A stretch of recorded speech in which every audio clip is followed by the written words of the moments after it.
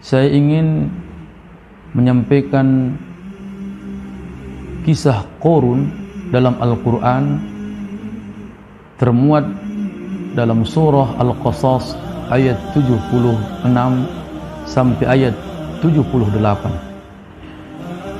Mendengar kata-kata Qarun, kita selalu terngiang dengan bahasa yang selalu kita dengar di masyarakat dengan harta karun. Bagaimanakah peristiwa harta Qarun yang tertimbun di dasar bumi yang menjadi sejarah ungkapan manusia ketika mendapat sesuatu harta emas, bahkan yang lain dalam timbunan tanah di dasar bumi, orang pasti mengatakan ini harta karun. Allah Subhanahu wa taala menceritakan kisah Qarun ini. A'udzu billahi minasy syaithanir rajim. Bismillahirrahmanirrahim. Inna Qaruna kana min qaumi Musa fabagha 'alaihim وآتيناه من الكنوز ما إن مفاتحه لتنوء بالعصبة أولي القوة إذ قال له قومه لا تفرح Innallaha la yuhibbul farihin.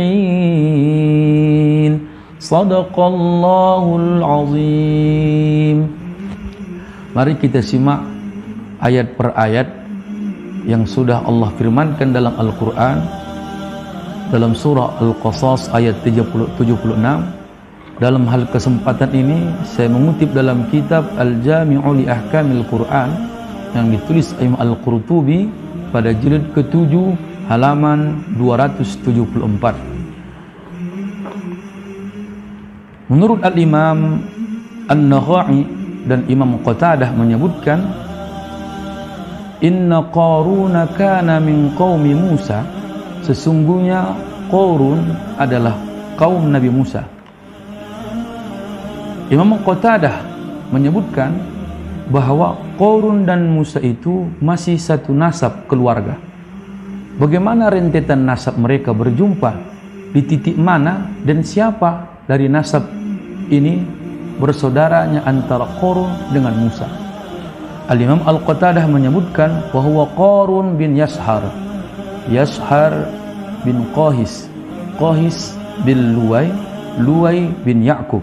Sementara Musa alaihissalam, Musa bin Imran, Imran bin Qahis. Maka mereka adalah anak paman yang berjumpa paman mereka dari Qahis.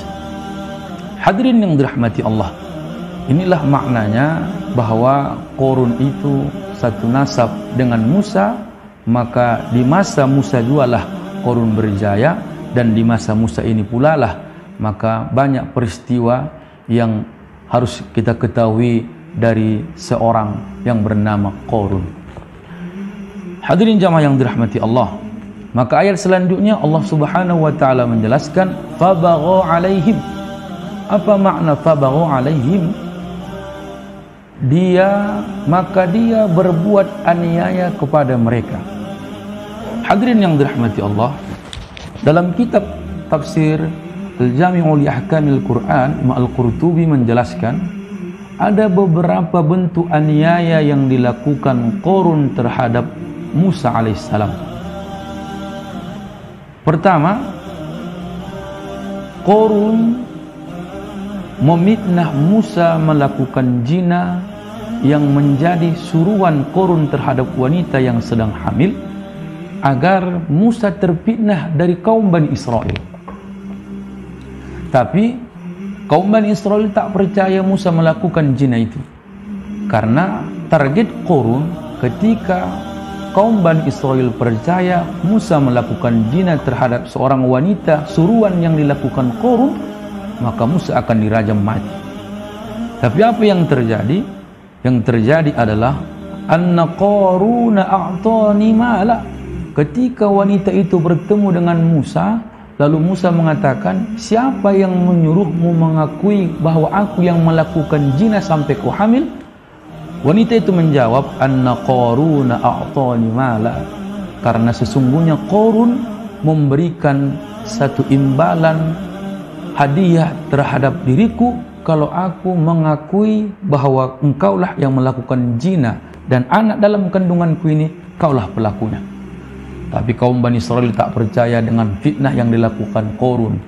Maka saat itulah apa yang terjadi ketika pembohongan dan fitnah yang dilakukan Qarun, maka Musa alaihissalam dengan lantang dan berdoa mengucapkan satu doa dalam bumi, ya ardh khuzihi, wahai bumi, maka telanlah dia. Kenapa? Karena salah satu target dari seorang yang kaya, saya teringat dari ungkapan Imam Al-Mawardi yang ditulis dalam kitab Adabud Dunya Waddin, kenapa orang kaya selalu identik dengan persoalan kesempatan berbuat kejahatan? Karena memang imma min lu'min tara'iqahu asarra. Karena efek orang kaya ini ada dua. Ketika dia orang yang tak punya mendadak kaya, maka ada rasa ambisi yang besar dalam hatinya melakukan keburukan yang saat itu dia mampu melakukannya kapan saja dan siapapun yang dia inginkan dia sanggup lakukan. Makanya telunjuk jari ini bisa menunjuk satu kemungkaran karena kekuasaan dan kekayaan, dan telunjuk jari ini juga bisa menunjuk engkau melakukan suatu kebaikan karena ada kesempatan kekuasaan yang Allah berikan. Maka hadirin yang dirahmati Allah, bentuk inilah yang dimanfaatkan Qarun, aniaya dari harta yang dia punya, memanfaatkan satu imbalan terhadap wanita agar Musa dituduh sebagai penjina, agar dirajam mati. Karena Qarun kaya banyak harta, memberikan imbalan kepada wanita tersebut. Tapi itu semua gagal. Maka Musa alaihissalam mengatakan, ya ardh khuzihi wahya ta'khuduhu syai'an fa syai'a, karena dia sudah mengambil sesuatu demi sesuatu, maka bumi ambillah dia. Apa kata Qarun? Yastaghisu ya Musa, tolonglah aku wahai Musa, tolonglah aku wahai Musa. Begitulah memang kita ketika kita masih hidup, masih punya kuasa, kita layaknya orang yang perkasa karena kita kaya raya. Ketika datang cobaan itu yang Allah berikan satu bencana, barulah kita teringat dengan meminta tolong terhadap siapa yang kita zolimi ketika masih punya jaya di dunia ini. Maka hadirin yang dirahmati Allah, tapi Musa alaihissalam tak memperdulikannya. Makanya Qarun sempat, itulah yang diminta, ya ardh khuzihi, maka telanlah dia. Maka bumi menelan Qarun, sampai dalam riwayat menyebutkan, Al-Imam Az-Zuraiz menyebutkan, balaghna annahu yukhsafu bihim kulla yawmin qamah. Maka ketika Musa meminta bumi menelan Qarun, maka kedalaman tanah itu yang menimbun tubuh Qarun setinggi orang berdiri. Fala yablughuna illa asfalil ardi ila yaumil qiyamah.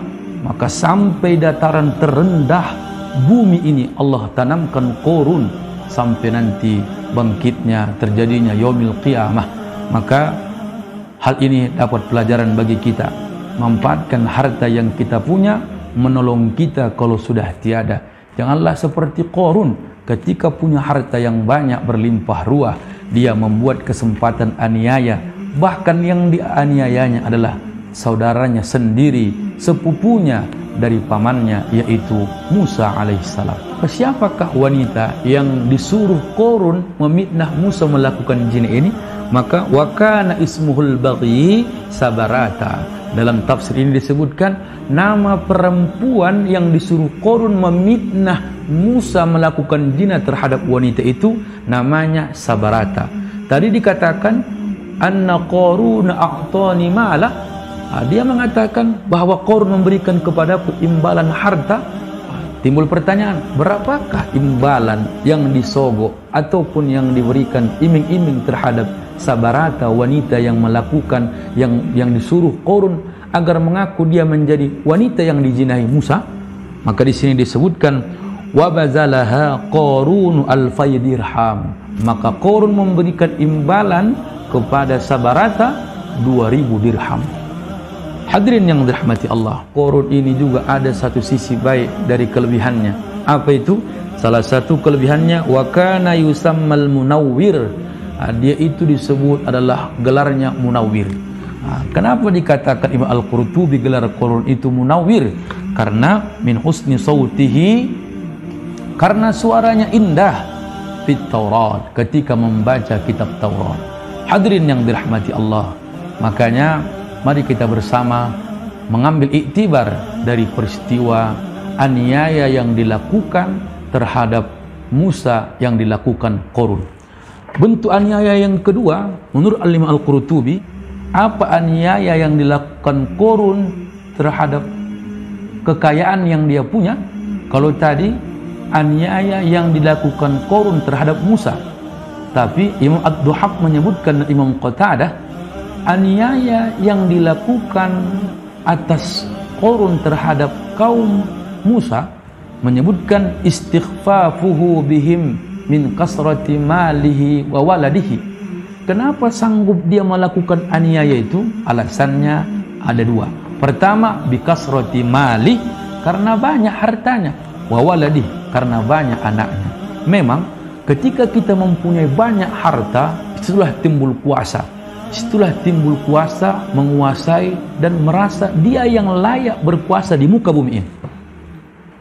Efek yang kedua, wa waladihi, ketika dia banyak punya anak, maka hati-hati, bukan orang yang banyak harta saja bisa dijadikan sifat aniaya seperti Qarun. Ternyata Qarun juga banyak anak. Kenapa? Karena ketika anaknya banyak menjadi orang kaya seperti dia, semakin besarlah kesempatan aniaya keluarga melakukan itu terhadap kaum Nabi Musa alaihissalam. Maka ketika kita menjadi orang tua, ketika kita punya anak, berikanlah nasihat. Nak, jadikan hartamu penolongmu dan untuk keluargamu. Nak, jadikan jabatanmu menolongmu dari amanah yang Allah berikan terhadap dirimu. Jangan jadikan hartamu seperti Qarun, menzolimi orang yang di bawahmu karena kebanyakan hartamu. Bahkan kau rendah melihat orang lain karena kau lebih dari yang lain. Hadirin yang dirahmati Allah, makanya bagaimanakah perumpamaan harta yang Allah berikan kepada Qarun? Al-Quran menjelaskan, wa atainahu minal kunuz. Allah memberikan pembendaharaan harta yang berlimpah, harta yang banyak. Bagaimanakah harta Qarun ini dia dapatkan? Al-Imam Al-Atha menyebutkan, asaba katsiran minal kunuji Yusuf alaihissalam. Menurut Al-Imam Al-Atha, kekayaan Qarun ini mulanya dari harta pusaka sejarah daripada keluarganya Yusuf alaihissalam. Yang kedua, menurut Al-Imam Al-Walid bin Marwan, dari mana kekayaan Qarun ini mendapatkan rezeki yang berlimpah, bahkan berlimpah ruah? Menurut Al-Imam Walid bin Marwan, innahu kana ya'malul kimia, karena Qarun ini adalah ahli kimia. Ini juga menurut tafsir Al-Qurtubi, dalam hal ini disebutkan pada halaman 276. Hadirin yang dirahmati Allah, Allah menggambarkan kekayaan Qarun begitu berlimpah ruah. Ma inna mafatihahu, Allah berikan kekayaan itu, kuncinya saja, kunci kekayaan harta yang disimpan oleh Qarun itu, latanu'u bil usbah, latanu'u bil usbah. Banyak orang memikulnya sampai bersusah payah karena mengangkat kunci daripada harta kekayaan Qarun. Dari sini kita dapat hikmah. Pada halaman 277 disebutkan ada berbeda pendapat bagaimana beratnya kunci Qarun dalam penyimpanan hartanya yang disebut usbah. Sulit orang memikulnya karena besarnya mungkin kunci itu. Menurut Ibnu Katsir, kunci Qarun ini terbuat dari kulit sapi. Maka bagaimanakah bentuknya? Menurut beliau, lubang kuncinya saja sebesar jari. Itu menurut tafsir Ibnu Katsir. Tapi dalam kitab Al-Qurtubi menyebutkan jelas ada 10 pendapat para ulama yang menggambarkan usbah, bagaimana beratnya orang-orang memikul kunci Qarun dari harta penyimpanannya. Pertama, Al-Imam Ibnu Abbas mengatakan salasatu rizalin, kunci itu mampu diangkat antara 3 orang. Menurut beliau juga, menurut Ibnu Abbas lagi menyebutkan wa anhu aidan min salasati ila asrah, dari 3 orang sampai 10 orang. Bagaimana luar biasanya kunci Qorun saja orang mengangkatnya mampu dari antara 3 sampai 10 orang. Coba kita bayangkan, itu masih kuncinya.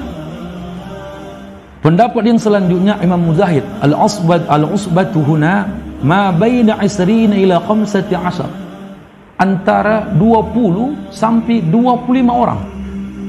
Masya Allah, 25 orang yang mengangkat kunci Fir'aun, itulah besarnya harta penyimpanan, atau kalau bahasa kita gemboknya, bagaimana besarnya. Sedangkan kuncinya saja orang mengangkatnya antara 20 sampai 25 orang.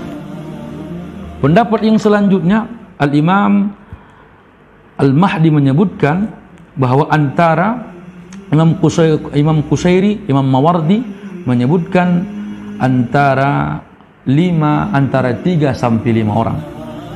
Al-Imam Abu Salih wal Hakim bin Utaibah dan Qatadah dan Ad-Duhaq menyebutkan 40 rajulan, mengangkat pikulan kunci Fir'aun itu. Dalam riwayat ini disebutkan 40 orang. Imam As-Suddi mengatakan ma bainal asra ila 40, antara 10 sampai 40 orang. Wa huwa al-Qabi Salih innal usbata 70 rajulan. Imam Salih menyebutkan 70 orang. Tapi ada beberapa pendapat dari ungkapan ulama ini. Imam Mawardi berpendapat lebih dominan antara pendapat ungkapan Ibnu Abbas tadi, antara 3 sampai 10 orang. Itu pendapat Imam Al-Mawardi dan beberapa teman-teman para ulama yang mengungkapkan peristiwa perbedaan makna usbah dalam kitab tafsir Al-Qurtubi. Imam As-Sa'labi menyebutkan waqila sittuna rujulan. Beliau menyebutkan sittuna 60 orang. Waqala Sa'id bin Zubair, antara Sa'id sittu atau 7, antara 6 sampai 7 orang.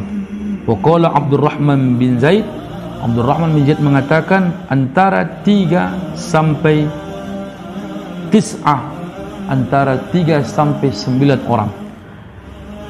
Imam Al-Kalabi menyebutkan asrah, 10 orang. Dari mana? Karena ungkapan Yusuf sendiri mengatakan nahnu usbah. Inilah yang harus kita ambil pelajaran. Imam Al-Mawardi, Imam Qatadah, Imam Abbas, makna usbah dalam menafsirkan ayat ini, bagaimana beratnya pintu kunci yang dimiliki oleh Qorun, harta simpanan yang dia punya. Ibnu Abbas tadi menyebutkan beberapa pandangan ulama yang lainnya adalah 3 sampai 10 orang. Tapi Imam Al-Kalabi menyebutkan yang paling beliau dominan adalah 10 orang. Karena ini langsung ungkapan Nabi Yusuf alaihissalam dalam firman Allah wa nahnu usbah. Hadirin yang dirahmati Allah, apa yang terjadi dari kekayaan yang dimiliki Qorun, maka ada pesan yang tersendiri yang Allah ungkapkan di ayat selanjutnya. Idz qala lahu qaumuhu la tafrah. Ketika itu maka Allah Subhanahu wa taala mengatakan la tafrah. Musa mengatakan kepada kaumnya la tafrah, jangan kau bangga, jangan kau sombong karena hartamu banyak wahai Qorun. Karena apa? Karena kesombongan harta yang dia punya ada 2 efek dalam penafsiran ayat ini. Pertama, la ta'sar wa la tabtar. Maksudnya jangan kau sombong, jangan kau remeh. Karena rata-rata kalau kita sudah jadi kaya, remeh melihat orang lain. Kalau bahasa kami, layas, sepele, sinis melihat orang, suka menjengkali orang, suka meremehkan orang lain. Inilah yang difirmankan Allah, pesan Allah terhadap Musa yang harus disampaikan kepada kaumnya, yaitu Qorun.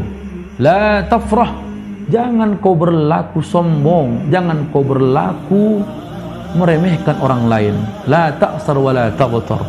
Hadirin yang dirahmati Allah, maka di ujung ayat ini Allah mengatakan, innallaha la yuhibbul farihin. Sesungguhnya Allah tidak mencintai orang-orang yang berlaku sombong. Maka mudah-mudahan pesan yang bisa kita ambil dari cerita singkat satu ayat ini dari surah Al-Qasas ayat 76 ini sederhana saja. Pertama, jadikan hartamu yang menolongmu nanti ketika hidupmu, dan pasti ketika matimu hartamulah yang menerangimu karena amal jariah sedekahmu. Yang kedua, jadikan hartamu semakin dekat orang-orang fakir terhadap dirimu. Jangan jadikan hartamu semakin kau merendahkan orang yang di bawahmu. Yang ketiga, jangan kau banggakan hartamu yang meluputkan dirimu. Bahkan bisa-bisa kau seperti Qarun, karena kayanya menelan bumi Allah tenggelamkan dia ke bumi, ke dasar bumi karena kesombongan hartanya. Karena apa?